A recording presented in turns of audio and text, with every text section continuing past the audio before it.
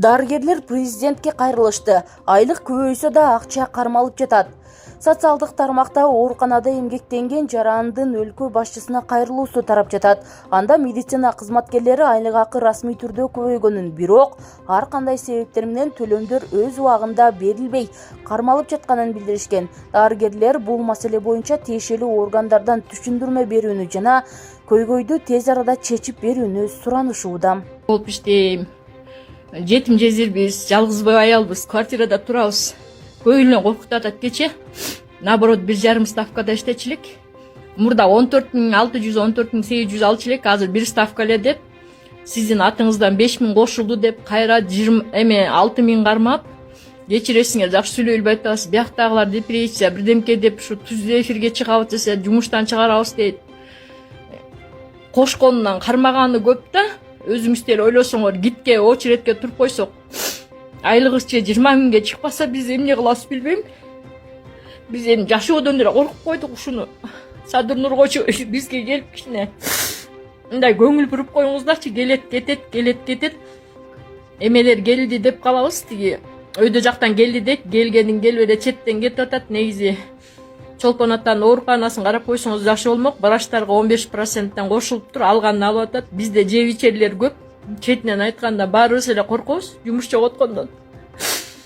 Азыр мындай видеого өңүштү тарталып десек да байла. Азыр барып стажын алып салыптыр. Немелердин, санитаркалардын. Эмесин дагы, бреднеси да алып салыптыр. Өзүңүз да түшүнсөңөр, оордуктун баары эле санитаркаларга келет да, Нургожоевич. Мен деле негизи квартирада турам, 2 балам, 1 бала студент. Жырганыбыздан эми иштебей элебиз да. Кудай буюрса сиздин атыңыздан 100% көтөрүлөт экен медиктердики деп атсак, алганыбыз ошо, алганыбыз колго 25.000, 26.000, кармаганы 6.000. Жашаганыбыз квартира 12.000, 15.000. Биз эмне кылалы дейли? Бияктан же сиздин приказыңыз чыкканын же көргөзүшпөйт. Приказ чыккан тиги президенттен деп койчу, аны эч ким көргөзбөйт. Бизге конторго кириш жөнүнө, ак үйгө кириштен дагы оорураак. Кыйналып кеттик. Садыр Нургожоевич, ушуну келип карап берип койсоңуз да жакшы болмок. Бишкек Ош жолдун жүк ташыган унаа каршы тилкеге чыгып, аз жерден кырсык боло жаздады.